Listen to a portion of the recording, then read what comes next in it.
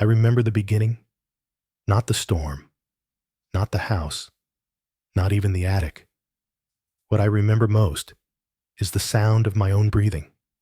Shallow, fast, uneven, like my body already knew something I didn't. The night felt wrong. The air felt heavier than rain should make it. The streets were empty, too empty, as if the whole neighborhood sensed something I failed to understand. I wasn't running toward safety. I was running toward my mistake. The blue house stood apart from the others. It wasn't old. It wasn't new. It was waiting. Most houses sleep in storms. This one watched. The garage door was cracked open by an inch. The attic window wasn't locked.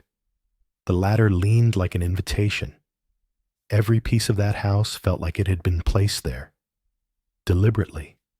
Not by me, not by chance, but by something that wanted me inside. When I pushed the attic window open, the wind didn't resist. It carried me inward, as if the house wanted me swallowed whole. The space was darker than any attic I'd ever seen, and colder. Not the kind of cold that comes from winter or rain.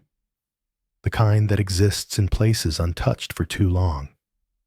Dust floated in the air like memories frozen in time. Thin beams of moonlight tried to get inside, but failed. Even the light was unwelcome here. I should have left the moment I stepped in. I should have turned around, closed the window, run back into the storm. But I didn't. I stayed, because something in that darkness felt safer than the world I came from. I found a spot in the far corner of the attic, far from the window, far from the hatch, far from the world. When I sat down, the wood creaked beneath me, but the sound didn't echo. It vanished, swallowed by the darkness. The silence was unnatural. Even storms have sound. Wind, rain, thunder. But up here, everything felt muted, like I had stepped into a different kind of night, one that existed only in this house. The first hour passed slowly, my body shivering, my clothes heavy, my mind racing through every danger behind me. Then the storm softened, the wind eased, and for a split second, I thought I was finally safe, until I heard it, the footsteps, soft, measured, almost cautious, moving in the hallway below, then into the bedroom. I held my breath. My heart pounded so loudly, I thought the floorboards would betray me. A lamp turned on. Its faint glow seeped through the cracks in the attic boards and painted ghost shadows across the ceiling. She was awake, right beneath me. For the first time, I felt something colder than fear. I felt the house breathe. Not literally, but the way the air shifted, the way the walls seemed to tighten around me, the way the floor felt alive under my hands. It was as if the house knew I was here and welcomed it. I told myself I would leave at dawn, just a few hours, let the storm pass. But even then, as the wind hissed against the window, I felt something inside me whisper that I wouldn't be leaving. Not at dawn. Not the next day. Not for a long time. Something kept me there. Not fear. Not exhaustion. Something deeper. Curiosity. Desperation. Darkness. And the house felt like it understood all three. When her bedroom light finally turned off, I heard something new. Breathing. But not hers. Not mine. A third breathing. Slow. Rhythmic. Almost patient. It wasn't in the attic. It wasn't in the room below. It was inside the walls. Inside the silence. Inside the house. And that's when I realized the truth. I wasn't the first person to hide in this place. The house had been waiting for someone like me. I didn't sleep that first night. Not because of the storm. Not because of the footsteps beneath me. but because of that third breathing, the one that didn't belong to either of us. Every few seconds, the house exhaled, a soft, groaning sigh that traveled through the beams and vibrated beneath my palms. Most attics creak, most houses settle, but this felt deliberate. It felt like something alive was listening. When the sun finally rose, the attic remained strangely dim. Light pushed through the window, but it didn't spread. It stayed trapped near the frame, as if the rest of the attic rejected it. Dust moved in slow circles, like it was suspended underwater. Every breath I took felt heavier than the last. I crawled toward the window to get real air. Air that didn't feel borrowed. But something stopped me. A sound. Sharp, metallic, perfectly timed. A click. The sound of a door lock. The front door. Downstairs. Claire leaving. For a moment, freedom was right there. A ladder, a window, a storm-washed roof, and an empty street. But when I approached the window, my hand froze inches from the glass. Not because of fear, not because of hesitation, but because the dust on the windowsill was disturbed, not by my own hand, not by wind, but by fingers. Fresh fingerprints, clear, recent. Someone else had stood at this window before me. Maybe not last night, maybe not last week, but recently enough that the rain hadn't erased them. For the first time since entering the attic, I felt watched by something that wasn't Claire. I backed away instantly, my body reacting faster than my thoughts. Every instinct screamed that I should not be near that window. Not today, not now. So I crawled back to the farthest corner of the attic and sat still, listening to the silence crack under its own weight. Hours passed. The sun climbed. The house warmed. But the attic remained cold. It was like the temperature belonged to the house, not the weather. Around noon, I heard Claire return. Keys jangling, a tired sigh, the rustling of grocery bags. Then something else. A pause. A long one. So long that I held my breath without meaning to. Her voice broke the stillness. "Why is it so cold up here?" She wasn't talking to me. She wasn't talking to anyone. She was just thinking out loud. But it felt like she was standing right beneath me and staring straight through the ceiling. I didn't move. Not even an inch. For the next hours, I listened to her move through the house. Dishes, typing, phone calls, a microwave. A sigh every now and then that sounded heavier than her footsteps. But the house made its own sounds too. A thump behind the wall. A dragging sound near the vents. Soft scratching inside the ceiling. Most people would call them house noises. But I knew better. These sounds weren't random. They were patterned, measured, timed. Something was moving. Not in the attic. Not in the bedroom. But in the spaces between. Inside the walls. I pressed my ear against a support beam. The wood was cold, colder than the rest of the attic. And then I heard it, a faint rhythmic tapping, like nails dragging slowly, slowly across the inside of the beam. I jerked back, heart hammering, and crawled to the opposite side of the attic. Whatever was inside the walls didn't want company. By late afternoon, my hunger sharpened into something primal. My stomach growled loudly enough that I pressed my palms to it to quiet the sound. I waited until Claire ran a noisy sink downstairs before rummaging deeper through the storage. Boxes of old blankets, a rusted toolbox, a broken humidifier. Then my hand hit something cold. Metal, smooth, rectangular. I pulled it out slowly. A small tin, old, dusty, paint chipped off the edges. At first I thought it was empty, but when I shook it, something rattled inside. I lifted the lid. Inside was a stack of paper notes, folded, yellowed, edges curled from moisture. Notes written in small block letters. I unfolded the first one. Day 4. Stop making noise. The house remembers. My stomach dropped. This wasn't Claire's handwriting. It wasn't new. It wasn't a joke. Someone else had lived in this attic, hidden in it, long before me. And they kept a journal about the house. My hands trembled as I opened the second note. Day 7. Do not touch the window. It stares back.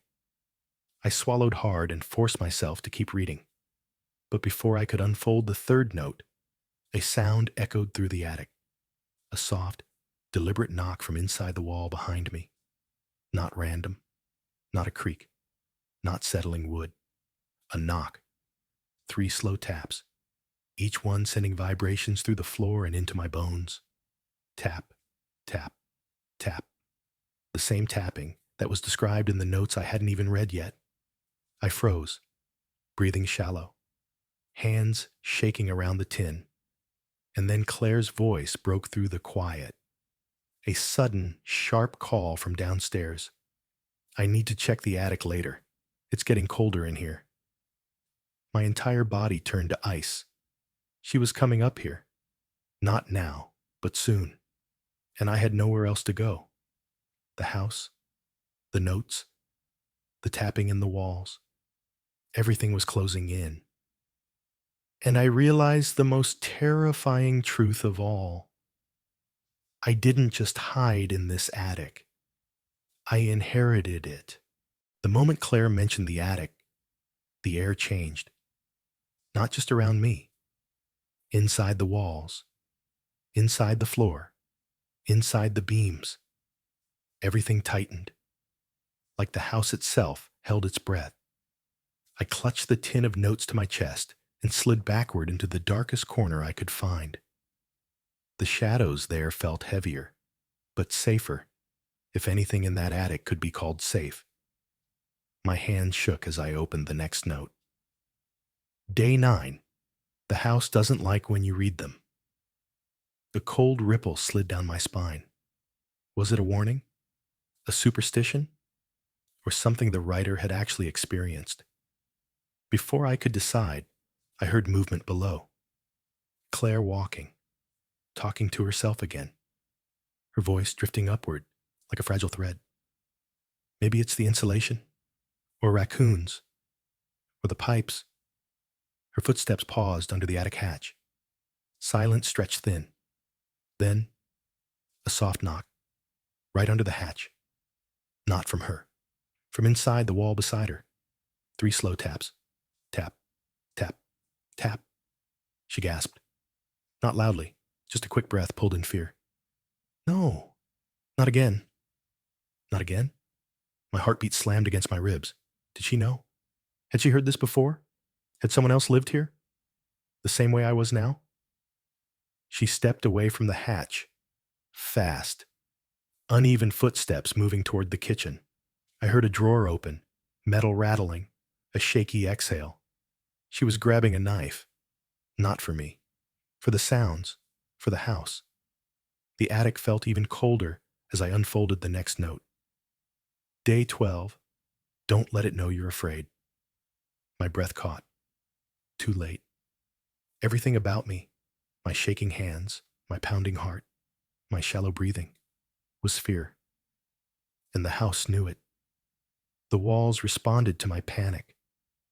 A faint groan traveled through the wooden beams like something shifting its weight, settling into a new position. Listening. Waiting. I placed the notes beside me and forced myself to inhale slowly, deep, steady breaths, trying to calm my body, even though my mind was screaming. Hours passed. Claire cooked, watched TV, paced through the living room as night folded over the house. I waited for sleep to take her, waited for my chance to read more, waited for the attic to settle. But the house was restless. Every few minutes, a faint shuffle, a distant scraping. a slow vibration inside the beams that pulsed like a heartbeat. It didn't feel like a house settling. It felt like something moving closer, inch by inch. By midnight, the rain had returned. Soft at first, then harder. A steady sheet of water sliding down the shingles like a long exhale. That meant one thing: water. I crawled quietly to the window, keeping my hands low, avoiding the fingerprints left by the last person who'd stood here. When I reached the leaking spot, I lowered my head and let the cold rainwater touch my lips. The first drops felt like life, sharp, clean, real. I drank greedily, letting my cracked throat open, letting the water wash away the dryness that threatened to choke me. But the moment my body relaxed, I heard it. A soft thud behind me. Not loud, not dramatic, just enough. A presence, a shift, like something had stepped out from behind a box and was watching. I froze, water still dripping down my chin. Slowly, I turned my head. Nothing. Just shadows, stacked on shadows. But something in the darkness felt heavier, occupied, claimed. I backed away from the window and crawled to the notes again. My fingers opened the next one with shaking urgency. Day 13. It watches when you drink. My breath stopped. The writer knew.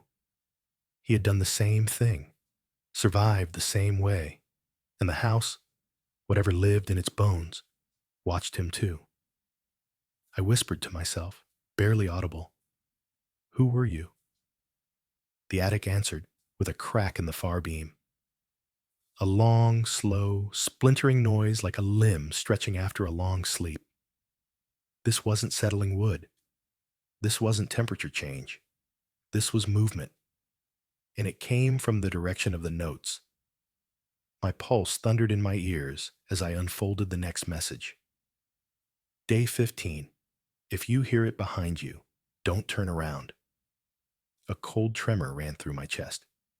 Behind me, where the beam had cracked, where the tapping came from, where the shadows felt thickest. I didn't move. I didn't breathe. Silence tightened around me like a fist closing. Then, a soft exhale. Warm, human. Not mine. Behind me. Close. Too close. Every instinct screamed to look over my shoulder, to confirm the shape of whatever was there. But the note's warning burned into my mind, so I stayed still. The breathing grew louder. Not like Claire, not like me. Slower, heavier, wet, like lungs pulling air through something thick. I clenched my jaw and stared at the floorboards until my eyes watered. Then just as slowly as it came, it stopped. The presence withdrew, not suddenly, not violently. Just slipped back into the walls as if it were returning to a familiar resting place. My whole body shivered as I read the next note. Day 16. It doesn't want you to leave. A whisper of dread tightened around my throat. I hadn't tried to leave, not in days. Maybe not since the first night. But the idea, the thought of escape, triggered something. Because as soon as the word leave entered my mind, the house groaned. Deep, low. A sound that vibrated through the floor and into my bones. It felt like a warning, or a promise. Claire's footsteps suddenly echoed upstairs. Her pace quick, uneven. She was coming up. I grabbed the notes, shoved them into the tin, pressed my body flat against the wall behind the thickest stack of boxes. The attic hatch clicked. Wood shifted. Light spilled in. And Claire's voice broke softly through the stillness. Why is it colder every time I come up here? She climbed the first step, slow, careful, suspicious. The house held its breath, and so did I. Claire's foot touched the first attic step, and the entire house reacted. Not with noise, not with creaking, with silence. A silence so sudden and so absolute that it felt like the air vanished. Her breathing echoed up the ladder. A shaky inhale, a nervous exhale. She wasn't comfortable. Not up here.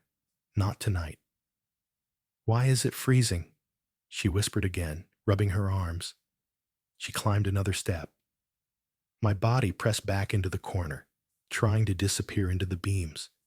Even the shadows felt too shallow to hide me. The attic hatch creaked wider. Her head rose into view. Her eyes scanned the room. And then she stopped. Not because she saw me, not because I moved, but because she sensed something. Her eyes locked on the far beam, the same one that had cracked behind me earlier. Her face tightened, a mix of confusion and fear. "Dad was supposed to fix that," she whispered. Her voice trembled, not because of the crack, but because she recognized the feeling in the room, the same feeling I had been drowning in for days. She took a slow step into the attic, holding the flashlight like a weapon. The beam of light slid across the floorboards, over the old suitcases, across the sealed holiday boxes, and then lingered on the corner where the tin of notes had once been. Her brow furrowed. "That wasn't open before." My stomach nodded. Her instincts weren't wrong. She could feel the disturbance. She could feel the attic had been touched, changed, but she didn't know how or why. She walked toward the center of the attic, slow, cautious, each step a test. Her flashlight flickered. Once, twice, then steadied. But the moment it dimmed, even for that fraction of a second, I felt the entire attic shift subtly. A board behind me tightened. Something inside the wall hovered. The air thickened around Claire like a fog. She froze mid-step. "Hello?" Her voice carried uncertainty, soft enough to pretend it was nothing, loud enough to hope someone answered. No one did, but the house reacted. A faint scrape inside the far wall, long, dragging, slow, moved just behind her shoulder. Claire spun around, shining her flashlight at the wall. Nothing. Just wood. Dust. Silence. But her breathing sharpened. She felt it, not just heard it. She felt watched. She stepped backward. A bad choice. The attic floor beneath her heel gave a low, warning groan. "No, no, no." She froze, flashlight trembling in her hand. Her other foot slid back and struck something. Something small. Something metal. The tin. I had pushed it behind a box, but not far enough. It slid just a few inches, scraping softly across the wood. Claire's flashlight snapped down. She crouched, lifted the tin. "What is this?" She opened it. The note stared back at her. Her eyes widened. She unfolded the first page. Her lips parted as she read silently. "Day 20. The house feeds on fear. Yours will keep it alive." My stomach dropped. I pressed my back harder into the cold beam. But the wood pulsed beneath me. A slow, rhythmic throb, like a heart beating inside it. I pushed away instantly. My mind raced. Was this the same thing the writer felt? The same presence? The same breathing inside the walls? A sudden thud echoed from below. Claire's bedroom door. She had slammed it, locked herself in. Her footsteps paced in frantic circles across her creaking floorboard. Fragments of her voice drifted upward. "This house. No. I heard something. It followed me." Followed her. Not me. Her. My breathing tightened in my throat. Slowly, I opened the next note. Day 21. It doesn't want you. It wants the one below. My hand shook so violently, the paper nearly slipped. This attic wasn't my prison. It was my vantage point, an unwilling witness, a spectator in a ritual I didn't understand. The house had let me survive, fed me water, kept me hidden, kept me trapped, because I wasn't its focus. She was. Below me, Claire's pacing stopped. Silence. Then, a faint crying. Soft, terrified, muffled by her own shaking hands. I need to move. I need to leave this place. I can't stay here anymore. Her voice cracked. She wasn't talking to anyone. Not a friend. Not on the phone. She was talking to the house, begging it, pleading with it. A part of me wanted to warn her, to shout, to run down the steps and grab her, but my body refused to move. Not from fear of Claire, but from fear of what else listened in this attic. I turned back to the box and opened another note. This one was written with a shaky hand. The letters slanted, pressure uneven. Day 22. Don't let her open the front door. If she leaves, it will come for you instead. A cold wave swept across my skin. The house didn't want her to escape. She was its focus, its anchor, its prey. If she fled, if she stepped outside, the house would shift its gaze upward. To me, Claire's footsteps returned, but this time, they were slow, unsteady. She walked into the living room. I could hear the click of a lamp. Then another, then another. Light. Everywhere. She was trying to chase the darkness away. It wouldn't work. I opened the next note with trembling fingers. The ink was darker, pressed harder, as if the writer had been shaking or crying, or both. Day 22. It doesn't hide in the dark. The dark hides it. I swallowed a gasp. I looked at the attic around me. The shadows weren't empty. They weren't safe. They weren't even shadows.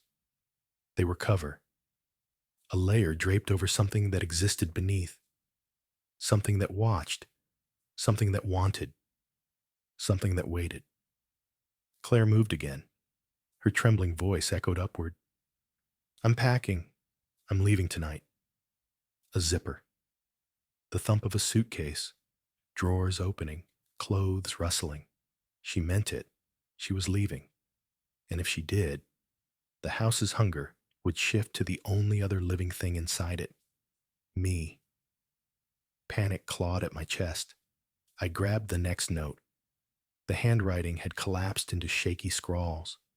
Words scratched into the page like the writer was out of time. Day 23. If she goes, it will come through the floor to find you. My breath hitched. The floor beneath me, the same floor I had been crawling on for days, felt suddenly thinner, fragile, breakable. I lifted one hand, placed it flat on the wood.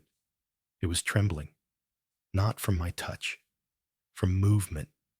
Something beneath the boards dragged itself slowly, deliberately toward me. Scrape, scrape, scrape. The sound crawled through the wood like nails or fingertips or something worse. I jerked backward, my spine slamming against a stack of boxes. The scraping stopped. The house waited, breathing, thinking, choosing. Below me, Claire zipped her suitcase shut. Her footsteps approached the hallway, then the stairs. Her voice was trembling. I'm leaving. I don't care what's in this place. I'm leaving. Each step of hers grew louder, closer to the front door. My heart pounded. Every instinct screamed, not for her safety, for mine. The house was about to lose her, and when it did, the scraping under the floorboards resumed. Faster, harder, urgent, like something preparing to break through. Claire reached the coat rack, grabbed her purse. Keys jingled in her shaking hand. She touched the front door handle. I opened the final note. My entire body froze as I read it. Day 23. If she leaves, run. Run. Run where? to the window, down the attic ladder, into the night. The house wouldn't let me. It had chosen me as the replacement. The scraping swelled beneath the floorboards. Louder, deeper, so aggressive the attic vibrated. The wood strained, cracked, split. Something below was pushing upward. Claire turned the door handle. A click. A quiet sob. Then the hinges moaned as the door began to open. Fresh air rushed in. The house reacted violently. A deep, guttural groan vibrated through the beams like the entire structure was in pain. And then, the floor beneath me bulged upward. Wood splintered. Dust exploded. Something pushed through. Not a hand. Not a creature. A dark shape. Fluid. Shifting. Formless. Alive. It rose through the wood like smoke made of bone. The house's hunger. The presence in the walls. The thing that watched me drink. The thing that breathed behind me. It was here. It reached for me. And I ran. I didn't think. Didn't plan. Didn't breathe. I threw myself toward the attic window, slammed it open, and fell out onto the cold, rain-soaked roof. My body slid down the shingles, hands clawing for grip. My foot caught the gutter. The metal bent under my weight. I dangled over the yard, the darkness of the attic gaping above me, and inside it, the shape pressed against the window frame, watching, waiting, claiming.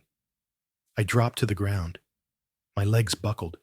Pain shot through my ankle, but I ran anyway, limping, stumbling, half-conscious.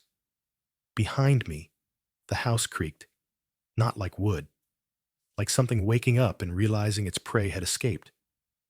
I turned the corner of Maple Street just as Claire stepped outside, her suitcase in hand. She saw me. Our eyes met. Her expression twisted into confusion, fear, recognition. But before she could speak, the attic window slammed shut on its own. Hard. The entire house seemed to inhale, then exhale. A long, heavy sigh that drifted across the yard. Claire froze, her face pale, her keys trembling in her hand. Someone was in my attic. I didn't answer. Couldn't. Because the truth was worse. Someone, or something, was still there. And as I limped down the street, my body shaking, my mind unraveling, I heard the final whisper of the house carried through the storm. A slow, deliberate breath, calling me back, still hungry, still waiting. It had let me go, but not forever, just until it needed me again.